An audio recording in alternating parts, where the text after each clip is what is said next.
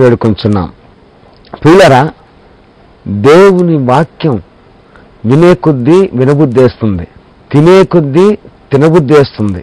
నిజంగా చెప్పాలి అంటే ఈ వాక్యంలో ఉన్నటువంటి ఈ యొక్క మర్మాలను మనం అర్థం చేసుకోగలిగితే, మన హృదయాల్లో మన అంతరంగాల్లో దాన్ని జీర్ణించుకోగలిగితే, మన అంత మేలు పొందుకున్న జీవితాలు ఇంకొక జీవితాలు ఉండవు. ప్రియులారా, నిజమే, దేవుడు చేసే కార్యాలు అద్భుతాలు, ఆశ్చర్య కార్యాలు, మానవ జ్ఞానానికి అంతుపట్టినటువంటి ఆ కార్యాలు వివరించుకోవడానికి కూడా ఒక ధన్యత ఉండాలి, వినడానికి కూడా మరొక ధన్యత ఉండాలి, విని దాన్ని మన జీవితంలో నమ్మడానికి మరొక ధన్యత మనకు ఉంటేనే గాని మన జీవితంలో ఆ కార్యాలు జరగవు. ప్రియులారా, ఈ మానవ జీవితం చాలా విలువైనది.